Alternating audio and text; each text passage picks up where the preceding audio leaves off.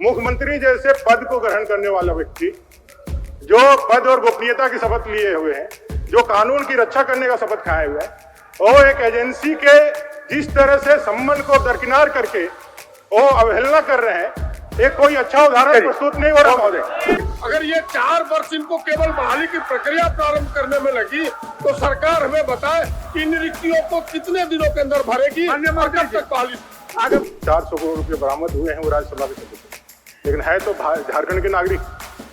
वो पैसा झारखंडियों का है, जल जंगल जमीन से लूटा हुआ पैसा है। आज चाहे धीरज साल का बात हो चाहे सीएम की बात हो, ये चर्चा का मैदान नहीं है। 4 साल तो नहीं बोलने दिया गया महोदय, 4 मिनट तो बोलने दिया जाए। जिन 16 जिलों की बहाली की ये बात पूर्णता की बात कर रहे हैं, वहाँ भी बहालियां अधूरी है, वहाँ भी बहालियां पूरी नहीं हुई है। मुझे सरकार ये बहस कराए, क्यों नहीं सरकार को इस्तीफा देना चाहिए, इस पे बहस कराए। हम लोग भी बहस के तैयार है, और इसको क्यों नहीं इस्तीफा देना चाहिए महोदय, और इसको क्लियर करिए महोदय।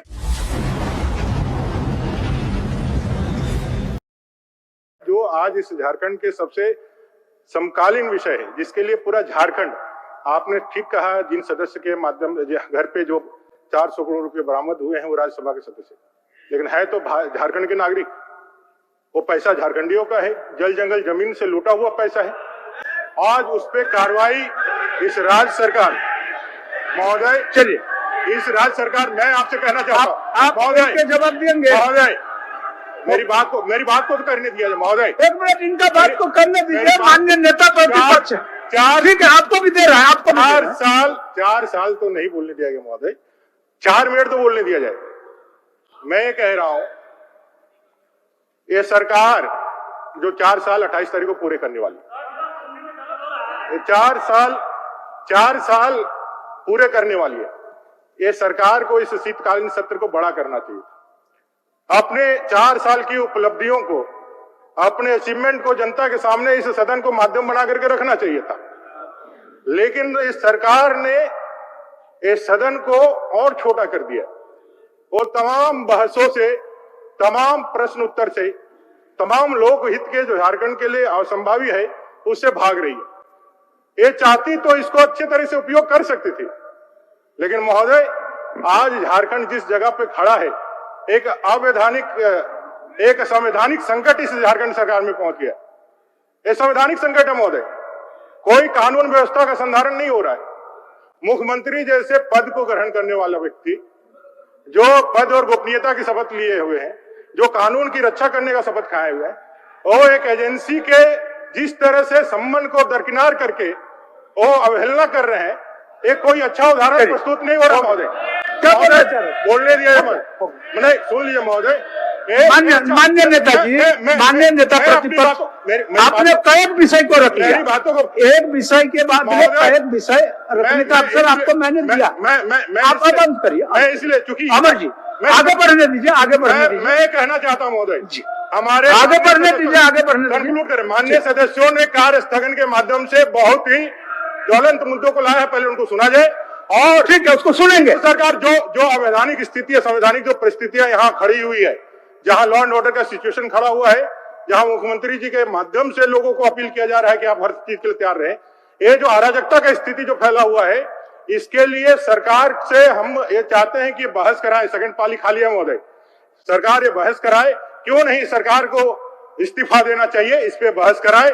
हम लोग भी बहस के तैयार है, और इसको क्यों नहीं इस्तीफा देना चाहिए महोदय, और इसको क्लियर करिए महोदय कि भाई आप पूछिए, अपना प्रश्न पूछिए, आपका प्रश्न पूछिए। मेरा प्रश्न सीधा था अध्यक्ष महोदय, हमने ये कहा कि पहले क्वेश्चन पर सरकार ने यदि जवाब नहीं दिया तो आप कैसे सरकार पर माने, हम तो उनको हेल्प भी कर रहे थे। अध्यक्ष महोदय, मेरा प्रश्न सीधा है, मेरा प्रश्न सीधा है कि ये जो बात माननीय विपक्ष के नेता जिस आरोपों को यहाँ पर उठाने की काम किया है, मैं कहते हैं कि सत्ता पद जो है यहाँ पर राजनीतिकरण कर रहे हैं। मैं 100% कहते हैं जो विपक्ष के यहाँ पर जो बैठे हैं वो शुद्ध राजनीति करते हैं विधानसभा में आकर। आज चाहे धीरज साल का बात हो चाहे सीएम की बात हो, ये चर्चा का मैदान नहीं है। और मैं इस बात को खुलासा करना चाहते हैं कि धीरज साहू का जो है पारिवारिक बिजनेस है।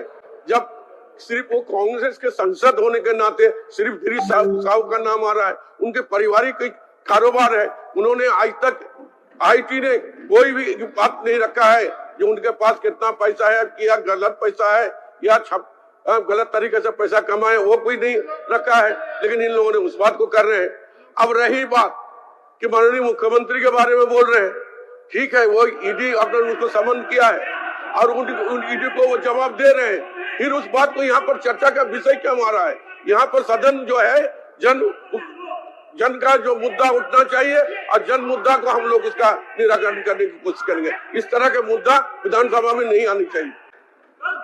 माननीय सदस्य, इन्फोर्समेंट डायरेक्टरी का या और सारा दूसरे बात सदन के अंदर से थोड़ा सा अवॉइड करना, या हम समझते हैं जनहित का, लोकहित का और सारे लोगों का बात सदन में आ सकेगा, और इन तमाम बातों को ला करके सदन में रखिएगा। चलिए प्रदीप जी, आपका प्रश्न का जवाब पूछ लीजिए। मैं प्रश्न का ही जवाब पूछ रहा हूँ कि ये जो 16 जिले हैं उसमें कितनी रिक्तियां थी, जिनमें अब तक कितनी बहालियां हुई, और ये 8 जिले में किन कारणों से अब तक बहालियां नहीं हुई, और अब रिक्तियां वहाँ कितनी बची है। अगर ये 4 वर्ष इनको केवल बहाली की प्रक्रिया प्रारंभ करने में लगी तो सरकार हमें बताए कि इन रिक्तियों को कितने दिनों के अंदर भरेगी और कब तक बहाली आगे बढ़ेगी।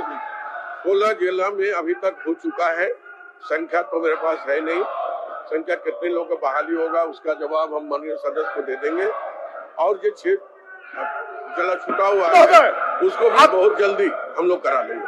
महोदय, अध्यक्ष महोदय, मैं इस बात से कतई सहमत नहीं हूँ कि माननीय सदस्य को दे देंगे। मैं सदन में इस विषय को लाया हूँ, सदन में ये बातें आनी चाहिए। और मुझे पता है कि इन जिन 16 जिलों की बहाली की ये बात पूर्णता की बात कर रहे हैं, वहाँ भी बहालियां अधूरी है, वहाँ भी बहालियां पूरी नहीं हुई है। मुझे पूरा यकीन है और मैं पूरी तरह से स्वस्थ हूँ। 3 जिले देवघर, गोड्डा, दुमका को तुम्हें बड़ी नजदीक से जानता हूँ, और इन 8 जिलों में बहालियां प्रारंभ भी नहीं हुई है, खुद सरकार मान रही है।